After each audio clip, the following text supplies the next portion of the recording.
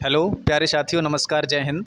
मैं अनुज सिंह आप सभी का आपके अपने इस छोटे से परिवार में बहुत बहुत स्वागत करता हूं और ये उम्मीद करता हूं कि आप सारे लोग बहुत अच्छे होंगे। विशेषकर ये जो वीडियो है हमारा स्टूडेंट्स के लिए है, जो भी बच्चे अभी क्लास 6 से लेकर के 12 तक की पढ़ाई कर रहे हैं और उन बच्चों के लिए ये वीडियो बहुत ही महत्वपूर्ण है। तो आप सभी लोग थोड़ा सा ध्यान देकर के पूरी बात को अच्छे से सुनेंगे और जानेंगे। हमारे साथ में बैठे हुए हैं प्रेमपुर के गुलशन सर, जो बहुत ही अच्छे तरीके से यहाँ पे और बहुत ही फैसिलिटीज़ के साथ में अपना कोचिंग सेंटर चला रहे हैं, जहाँ पे ये कक्षा 1 से लेकर के 12 तक के बच्चों को बहुत ही विधिवत तरीके से पढ़ा रहे हैं और शायद सभी सब्जेक्ट को यहाँ पे पढ़ा रहे हैं। बाकी जो भी चीज़ें हैं वो हम इनके माध्यम से अभी जानेंगे, कौन कौन सा सब्जेक्ट पढ़ा रहे हैं और किस तरीके से इनका जो है क्या क्या फैसिलिटीज़ हैं, सारी चीज़ें जानने की कोशिश करेंगे। तो लास्ट तक आप सभी लोग बने रहेंगे इस वीडियो में। तो गुलशन सर से सबसे पहले हम यही जानना चाहेंगे कि ये किस क्लास से लेकर के किस क्लास तक के बच्चों को पढ़ा रहे हैं, और बाकी जो भी चीज़ें हैं वो हम एक एक करके इनके द्वारा ही जानेंगे, क्योंकि मैं आपको बताऊंगा लेकिन इनके मुंह से अगर आप सुनेंगे तो ज़्यादा अच्छा रहेगा। तो गुलशन सर, सबसे पहले आप हमें बताएं कि आप किस क्लास से लेकर के किस क्लास तक के बच्चों को पढ़ा रहे हैं। हम जो है सर 6 क्लास से लेकर इंटर तक के बच्चों को पढ़ाते हैं। बेशक नीचे जो 1 से 5th क्लास के बच्चे, तो हमारे यहाँ ही बच्चे जो है काफ़ी अच्छा बेहतर तरीके से उन्हें गाइड करते हैं और पढ़ाते भी हैं। और सारे विषय रहते हैं। हमारा सबसे अच्छा विशेष जो रहता है वो हिंदी, छोटे बच्चों को हिंदी सिखाने को लेकर रहता है कि बच्चा हिंदी सबसे पहले सीखे, उसके बाद हाँ, और चीज़ें देखें। जो बच्चे अभी हिंदी पढ़ नहीं पा रहे हैं या लिख नहीं पा रहे हैं, काफ़ी जो छोटी क्लास के बच्चे हैं, तो उनका विशेष फोकस रहता है कि वो सबसे पहले हिंदी सीखें और हिंदी को पढ़ना सीखें और लिखना सीखें, इस तरीके से बता रहे हैं। और आगे के जो 6 से ऊपर के जो क्लासेस हैं, 7th 8th 9th और 10th में, थोड़ा उनके बारे में बताएंगे। 6 क्लास से जो 8 तक के बच्चे हैं उनका हम सबसे पहले बेसिक तैयार करते हैं, ठीक है। और बेसिक तैयार 6 क्लास से जो भी 8 क्लास तक के बच्चे, उनका सबसे पहले हम बेसिक तैयार के बेसिक तैयार होने के बाद तब उन्हें जाके हम सिलेबस पे फिर चलाते हैं। सिलेबस एक क्रम वाइज होता है, उस हिसाब से पहले बच्चे को समझाया जाता है, फिर उसे समझाने के बाद फिर उससे लास्ट में उससे प्रैक्टिस करवाई जाती है। और संडे को मंथली टेस्ट रहता है, जिससे ये पता चलता है कि बच्चा कितना सीख पाया है और कितना नहीं सीख पाया है, ये भी देखना पड़ता है। आप समझ गए होंगे, सब्जेक्ट वाइज यहाँ पे क्लासें चलती हैं और हर संडे को यहाँ पे वीकली टेस्ट भी होता है, जिससे सर को ये पता चलता है कि कौन सा बच्चा अभी कमज़ोर है, किसका परफॉर्मेंस बहुत ही अच्छा है। ठीक है भाई, तो इससे आपको भी पता चलेगा कि आप यहाँ पे कितने गहरे पानी में हैं, उस हिसाब से आप अपनी मेहनत करेंगे। ठीक है।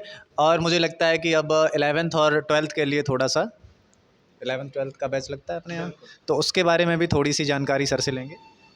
अभी मेरे यहाँ 10th क्लास का लग रहा है। 10th क्लास में आल सिलेबस रहते हैं, और इन सिलेबस में ये भी रहता है कि अभी हमारा जैसे मैथ चल रहा है, मैथ में हम एक क्रम वाइज चैप्टर वाइज पढ़ाते हैं। और उसको पढ़ाने के बाद जो हमारे बोर्ड के जो पेपर होते हैं, जैसे हम अनसोल्ड बोलते हैं, अनसोल्ड के थ्रू उनसे एक टेस्ट होता है। जैसे अगर मैंने उनको 13 नंबर या 17-18 नंबर का सॉल्व करा दिया है, तो 17 नंबर वही टेस्ट में आएगा जो बोर्ड परीक्षा के यूपी बोर्ड के पेपर में आता है। तो उससे क्या होता है, ये पता चलता है कि पिछली संडे को अगर हम 13 नंबर का सॉल्व कर पा रहे थे, अगर इस संडे को हम 20 नंबर का सॉल्व कर पा रहे हैं, तो इससे साफ पता चलता है कि हमारी मेहनत सही दिशा में हो रही है, अन्यथा बेकार। सर की बात आप समझ पाए होंगे। सर ये कहना चाह रहे हैं कि जैसे मैथ्स की अगर हम लोग बात करते हैं, तो आपने जहाँ भी आप पढ़ रहे होंगे, जिस भी कोचिंग सेंटर में, तो आपने देखा होगा एग्ज़ाम के टाइम पे ज़्यादातर टीचर जो है वो अनसॉल्व आपको सॉल्व कराते हुए हैं यहाँ पे। ठीक है, एग्ज़ाम से लगभग 1 महीना या 15 दिन पहले सॉल्व कराते हैं, जिससे बहुत अच्छी तैयारी नहीं हो पाती है और आप डिमोटिवेट भी होते हैं, क्योंकि अनसॉल्व पेपर में जब आप देखते हैं कि प्रीवियस ईयर में ये क्वेश्चन पूछा गया था, ये हमने पहले से पढ़ा नहीं है, तो ज़्यादा दिक्कत आती है। लेकिन सर क्या करते हैं कि पहले दिन से आप 10th क्लास में पहुंचते हैं, पहले दिन से ही अनसॉल्व स्टार्ट हो जाता है। जैसे मान लो सर ने 5 चैप्टर कंप्लीट करा दिए मैथ में, तो उन 5 चैप्टर से जो भी क्वेश्चन अनसॉल्व में दिखेंगे उनको पहले सॉल्व करना होता है। यानी यहाँ पे वो मैथ पढ़ाते जाते हैं और अनसॉल्व सॉल्व कराते जाते हैं। यही पैटर्न है ना, मतलब लास्ट के लिए ये नहीं छोड़ते हैं कि जब एग्ज़ाम आएगा तब अनसॉल्व हम सॉल्व कराएंगे, ऐसा नहीं है। यहाँ पे आपको हर संडे को या वीक में कम से कम 2 बार आपको जो है अनसॉल्व सॉल्व कराया जाएगा, और जो टॉपिक कंप्लीट होता जाएगा उसको आप अनसॉल्व में सॉल्व करेंगे, जिससे बहुत ही बेहतरीन तैयारी आपकी हो जाएगी मैथ्स में। इस तरीके से अगर आप पढ़ते हैं, मुझे लगता है कि मैथ में जब आपका एग्ज़ाम होगा तो एक भी क्वेश्चन ऐसा नहीं आएगा जो आपकी नज़रों पे ना आया हो, पढ़े हुए क्वेश्चन ही आपको मिलेंगे। तो ये मैथ की बात हुई 10th 11th और 12th वालों की। तो जो भी स्टूडेंट ऐसे हैं जो क्लास 1st से लेकर के 12th तक के बच्चे हैं, तो एक बार यहाँ पे आकर के विज़िट करेंगे, सर से और भी डिटेल में जानकारी आप लेंगे यहाँ पर आकर के, तो आपको और भी अच्छा लगेगा। आप आएँगे तो कोचिंग सेंटर का माहौल भी देखेंगे, बच्चों को पढ़ते हुए भी देखेंगे। आगे चल के मैं एक ऐसा वीडियो बनाऊँगा जहाँ पे क्लास चलती हुई आपको दिखाएँगे, बच्चे किस तरीके से यहाँ पे पढ़ रहे हैं, वो सारी चीज़ें आपको बताएँगे।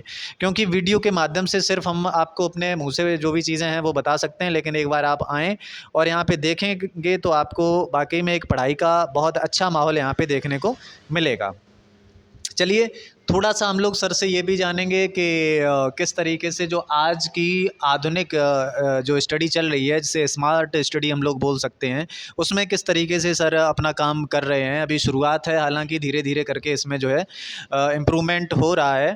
तो वो भी थोड़ा-सा जानते हैं कि कोचिंग सेंटर में चारों तरफ कैमरा, स्मार्ट टीवीज़ लगी हुई हैं, है ना? और भी जो बच्चों के लिए सुविधाएँ हैं, वो भी मूलभूत सुविधाएँ यहाँ पे उपलब्ध हैं।